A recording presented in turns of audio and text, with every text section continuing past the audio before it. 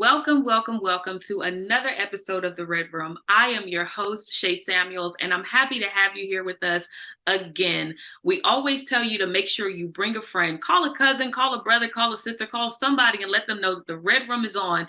And if they do not get on, they are going to miss a nugget that can help them for the rest of their lives. So make sure you have your pens, your papers, and everything else, your iPads that you need to take notes, because we're going to drop some nuggets on you today. We do need to give a great big shout out to our sponsors. Thank you so much for your support, for your love, and just continually sewing into us so that the Red Room can continue to go on. We want to get into this topic. I'm telling you, you do not want to miss this. I kind of target your audience right before I get to start with the discussion, because I want you to know who to bring on. For this one, I want you to bring everybody. I want you to bring the mamas, the daddies, the cousins, the sisters, the brothers, the nieces, the nephews, the godkids. Everybody needs to be on for this episode. And if they can't make it because they're in school or because they're at work, listen, we want you to send it to them. Why? Because it is so important. This episode is going to bless you tremendously. We're talking today about awareness, how important it is for you to be aware. You know, your mom used to tell you to be aware of your surroundings. And today there's so much happening, not just with our generations, but there's so much happening in the world. Listen, we've just overcome it and we're still going through a pandemic. And every time it seems like we're just about over it, something else comes up. Now we're looking at this season. We're looking at that season. We're looking at flu. We're looking at different strands. And it seems like we're never going to be able to overcome it. And just when you think that might be it, we're still dealing with injustices in the world. We're still dealing with police brutality. We're still dealing with men being killed just because of the color of their skin. Listen, I need you guys to write this word down big: awareness. We have to be aware. Listen, even as we were preparing for this show, I had to think about a way that we would be able to do this where it wasn't doing what the world is doing right now, causing such a divide. Just having the conversation of awareness brings such a divide. A lot of our men are being made mockery of because of them saying certain things that we have been ridiculed for years, and it can cause you such an anger. But we want to bring to you today such awareness. There's no way around it. Listen, there's no way around it. We are living in times, even as times past, we are living in those times. So I want you guys to be aware of what's happening, but not just aware, what you can do to even get you to the place where it doesn't bring you anxiety, where it doesn't bring you depression, where it doesn't bring you fear. Because I know for me, I was really living in some days of fear because I wasn't sure what was going on. When I started to become more aware, I'm going to tell you guys, it hurt me more. And I started saying to myself, I would have rather not know what was going on. But you know what? You can't get around it. If you're on social media, you're going to see it. If you're watching the news, you're going to see it. If you have friends who have been impacted by it, I'm going to tell you that you are going to hear it. It's imperative that you hear it from the right ear, though. It was going to bless me today to talk to you guys about this. But I'm going to tell you, a bit of fear came in because I said, I don't want to cause a divide. So let grace abound you today as we begin to tap into this type of awareness. A few months ago, I actually created a song entitled "Can We Unite?" And this song for me, once I put it out there, I started asking people, can we unite? The majority of the people who did answer that question, they said no. Now, I was surprised about it because for me, the song is really talking from a positive standpoint. Hey, with all the things that are going on in this world, can we unite? I was thinking about where my mind was when I created this song. The Capitol had just been raided. These people were going in swarms. They were not getting the brutality that most people who were just seemingly just randomly driving down the street, they were just randomly driving down the street getting killed. But these people were able to infiltrate the Capitol. They were able to bypass the police officers. They were pepper spraying and doing all the things that police would have done if this was on the other side of the world. They were doing that to them. They made mockery of the Capitol. They were taking video and saying they were in there. And I was thinking to myself, can we really truly unite with all this strife?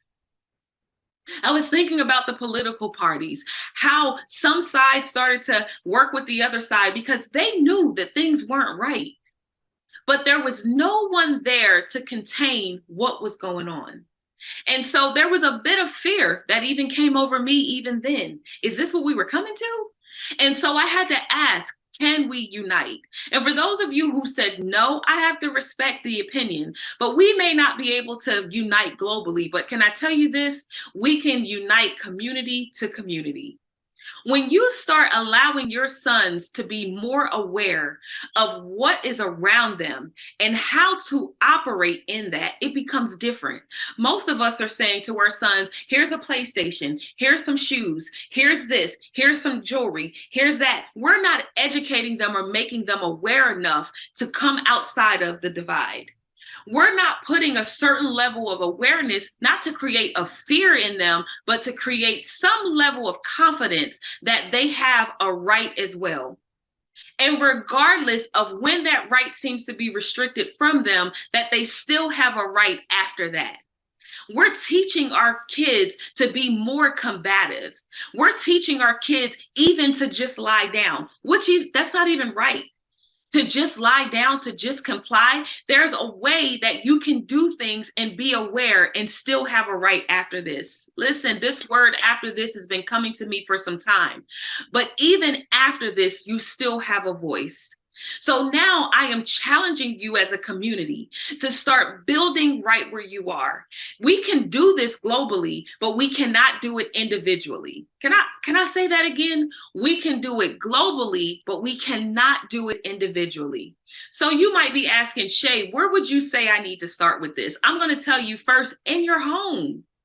I'm going to tell you that if you begin to train your family up, start going back in the books, start going back. Listen, it goes way before the Martin Luther Kings, the Malcolm X's. It goes way before the Mandelas, the Abraham Lincolns. You got to go way, way, way, way back. A lot of what we have experienced in life goes before our time, and it goes into slavery. But when you understand the elements of slavery, you'll begin to understand that some of what we're trying to get, it doesn't belong to us even today. Can you imagine your landlord, if you're renting, or your mortgage company, if you own your home, coming in saying to you that you need to give them this, or you need to give them that? You're going to say, no, I bought this. You're going to say, no, I purchased this. This belongs to me. And then they say, but you're in my house. Can you imagine that they're saying, you're in my house? I told you guys, I'm going to try to keep it where it's just awareness, but it goes a little bit deeper than that. Because if you don't have this level of awareness, you'll always begin to fight, not understanding that this is a fight that you possibly won't be able to win when you don't have proper awareness. Sometimes people on air won't talk about these type of things. One, because they don't have the coof to say it without grace. And the other is because they have a lack of awareness that causes more divide. So know that I'm here today to bring you a level of awareness that brings hope. And it starts right in our homes. Do you know you have children that go to school every day, and these kids go to school and they are actually jealous of one another? They are taught to go against their own brother. And when I say brother, I mean by color. Do you know that there are young ladies out there who are coveting other young women because of how long their hair is, or how many bundles were purchased, or what pair of jeans they have on, or what kind of shoes they have on, when there's a bigger adversary out there, and it's not each other? But if you don't teach that in the home, you cannot be effective outside of the home. Let me ask you, how many times have you seen your neighbor and thought, let me speak to that neighbor? How can we come together to make this community better? And that's what I mean by communities beget communities. If you literally start operating effectively in your community, one brings one. You can't do it alone. You cannot do this alone. Do you know how many people try to do what you're trying to do in your anger and in your frustration? But I challenge you today to become aware. But then I also ask the question again, can we unite the world with all this strife?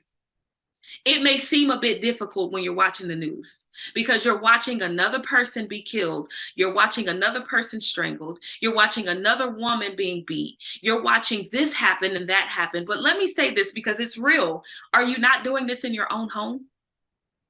Are you not doing this to your own people? And some people might get offended by that, but I'm not saying it to divide. I'm saying it to bring awareness.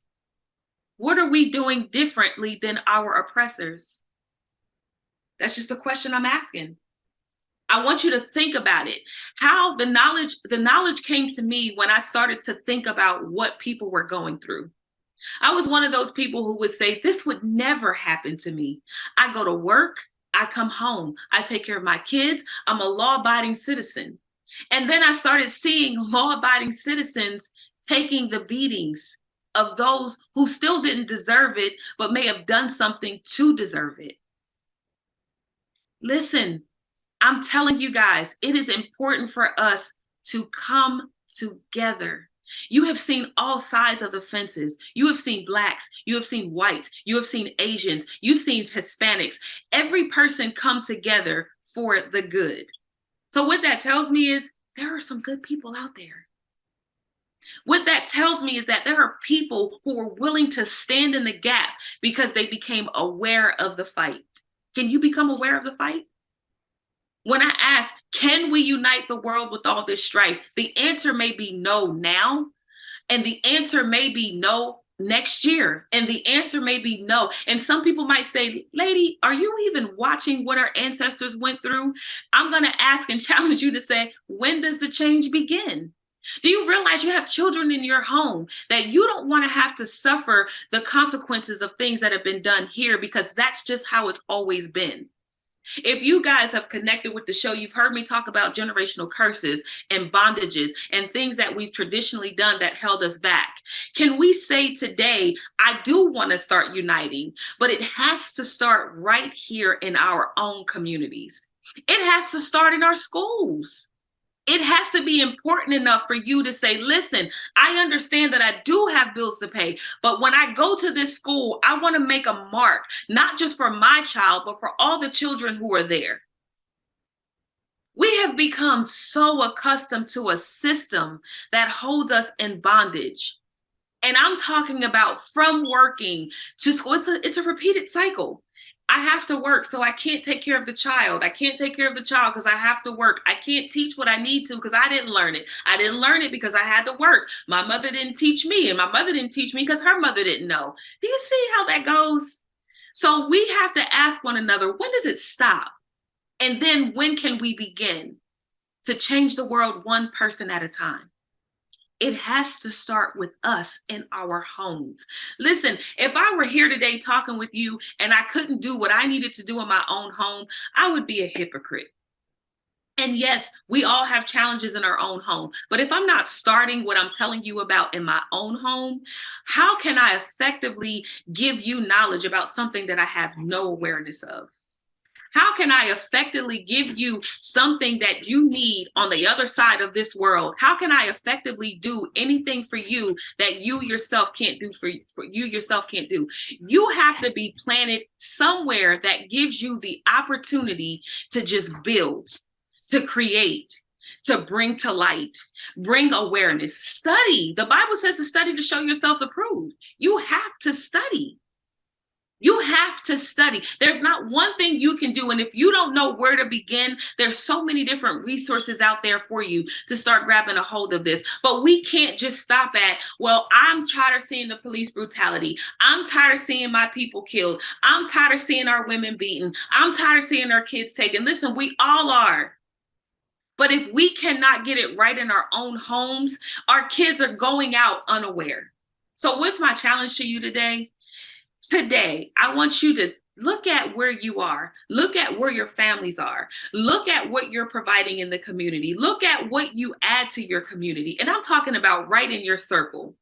I'm talking, look, if you live in a development, I want you to look at, do I even know my neighbor? Listen, I don't even want to take it there. But how many of us live in neighborhoods? I remember a time when I was growing up, my grandmother, she was on one stoop, her neighbor was on another stoop, and they knew one another. They knew one another well enough to say, if I didn't see her outside that day, something is absolutely wrong. We have gotten so mind boggled with, I got a day to day, I got to worry about me. We have gotten so accustomed to, I have to worry about me, that we're not worried about the person next to us. So I'm challenging you to, and I'm asking you, do you know your neighbors?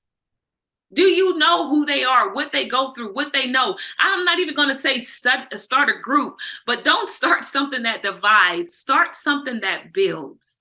It starts with our children. I wish I knew a lot of this growing up. I wish I would be able to just kind of regurgitate what I just did with you when I was younger, but I was so oblivious to it.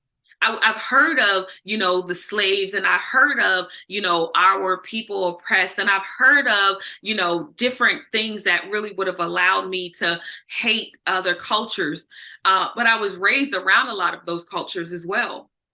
And it's unfortunate because what they did not understand as a child, I didn't understand as a child. And yet we were all a part of it.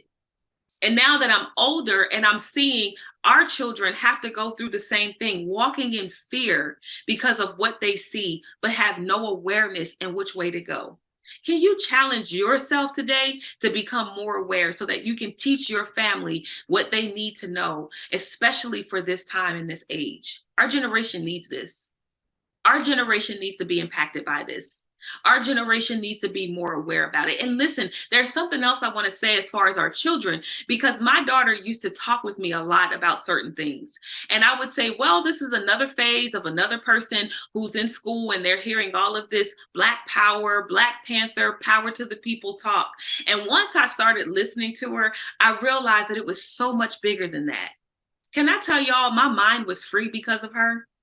Can I explain to you that as I began to let her talk with me and talk to me, that there were things that opened up that I had I'm talking about traditions that my family kept that we had no awareness of why, and we kept them. So now here we are in this world of injustice. And I'm going to tell you this, it's looking the same as it did when we were being taught in sixth grade. I'm watching our ancestors being sprayed down by water, not able to go in certain stores, being looked at. I walked in the store just a few weeks ago, and I won't say the store's name, but I walked in another state, and I'm telling you, when I went to walk to the counter, the young man put the sign up to say the lane was closed. When I tell you that we're living in it, we're living in it. Now, here's the thing. I know my awareness is that I know my rights. And so I said to this young man, so you're going to close the register when I walk up?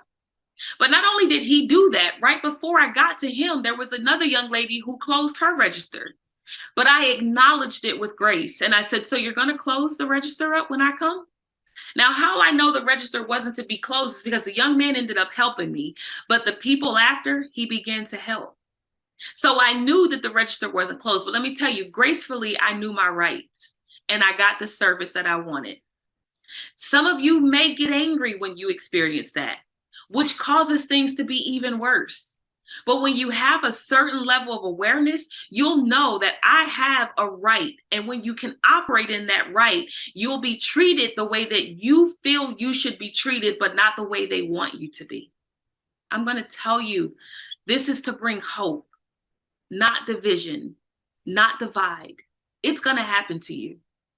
It's going to happen because that's what the world is accustomed to. But when we can start training our kids, we can start making them aware. You yourself become more aware. How can you fight a good fight if you don't even know what you're fighting?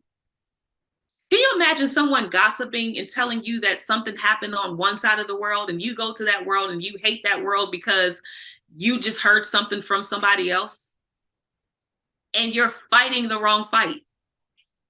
You don't have the education, you don't have the knowledge, you don't know one name to the next. You have to do your homework. You have to do your homework. How do you know who to stay away from when you start having these conversations? People who are angry, people who are just like, they just trying to keep us oppressed. They just trying to keep, no, that's not what it is. It's a system that is built. Remember, go back to the house I was telling you about. If you own a home or if you rent a home, we live in a society where a system has already been built. And when you realize that you're living in that system and the system may not be created to help you, but you still have a right. So become more aware of the right. Become more graceful about the right. And become more knowledgeable so that you can teach others about the right. I've had way too many people around me who were angry. They were so angry that I became fearful to even be in this world. Not that I would do anything to hurt myself, but I'm just being honest because there's someone listening and watching today that's saying that was me. But I was fearful to drive down the road, not knowing if I was going to make it home. I started going into my clients of all different races and started feeling some type of way about one particular race. Oh, I had no problem with. I started getting anxieties watching the news, and I had to ask myself, can we truly unite? Can this happen? And I had to be more aware that it may not happen today. Listen, it may not. It truly may not happen today. But it can happen right where you are. Give our young people some confidence in the fact that there is an opportunity for them to live a great life. That once you start being transparent enough in saying, this is going to happen. You know, when you start saying it shouldn't, morally, no, it shouldn't. But we all know that it is. It's happening right in front of us every day. But when we get angered and we start making crazy decisions, to burn down buildings, to shut out stores of owners who are the only ones on the neighborhood who's selling. You took away from your kind. You took away from your people just because you were angry. That didn't make any sense to me. So I want you to be more aware. I want you to be more knowledgeable. I want you to start training your kids that way and understand that at the end of the day, we may not be able to unite globally, but we can start individually in our homes. I pray that this episode blessed you. Thank you for allowing me to pour my heart out to you today and bring hope and a level of awareness that you can become more aware and more effective all at the same time. Listen, I'm Shay Samuels. I love the opportunities that I get a chance to spend with you and the nuggets that we get a chance to drop. Until the next time, we'll see you for another episode of The Red Room. Mwah!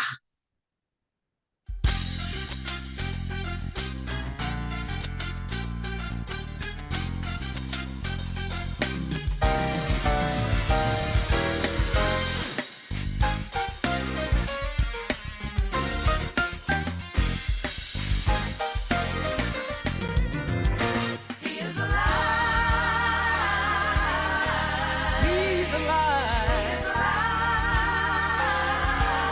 He's no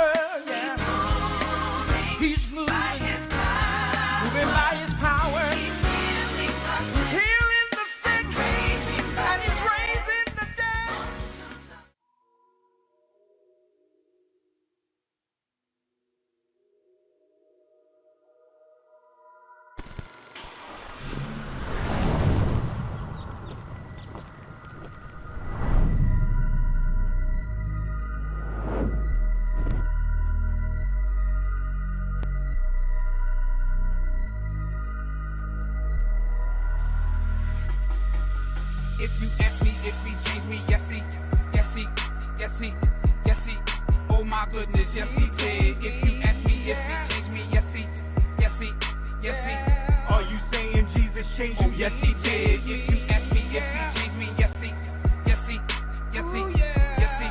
Oh my goodness, yes he did. If you ask me if he changed me, yes he, yes he, yes he. Are you saying Jesus changed you? Oh yes he did. Don't get upset, I'ma take you back. You can go with me, you can check facts. You can ask family, you can ask all them dudes that was with me, said they had my back. You can ask hood dudes living on the street. Them same dudes you can see me on E. Man, that boy then changed, got touched by the man upstairs. Man, that's so rare. I didn't do it cause I wanted to. God called me, I heard him do. All the other voices were destructive. God gave me good news. He said that he would change me if I gave up, surrendered it. Did it took a minute, testimony, show and live it. If you ask me if he changed me, yes he, yes he, yes he, yes he.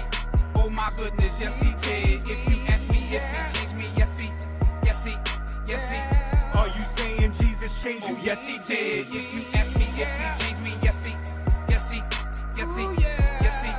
Oh my goodness, yes he did. If you ask me if he changed me, yes he, yes he, yes he. Are you saying Jesus changed you? Oh yes he did. Got caught up, that's true story. Grew up in church, that's true story. Saved as a young boy, that's true story. Didn't mean nothing, man, that's true story. I'ma tell this truth in the midst of my story. Yeah, I got proof, the results on more. This thing real, can't come back on the peel. He turned up on the grill, this he hot. Lake fire burn, don't stop. Think about it, giving me chills. I don't wanna go there, ask for a change. Took me back when I first got saved. Gave it up, man, I just got played. When I walked out, man, I should've just stayed. That was easy, should've just prayed. I know that now, I got some age. Slow this down. Holy Ghost, High on Jesus. overdose. Wanna know how? Take some notes. Here's the first thing. You should know. Just repent, Ask forgiveness then be baptized. in his name. You will come up, Not the same. speak in tongues. Now you're saved. I didn't do it cause I wanted to. God called me, I heard him do. All the other voices were destructive. God gave me good news. He said that he would change me if I gave up, surrendered it.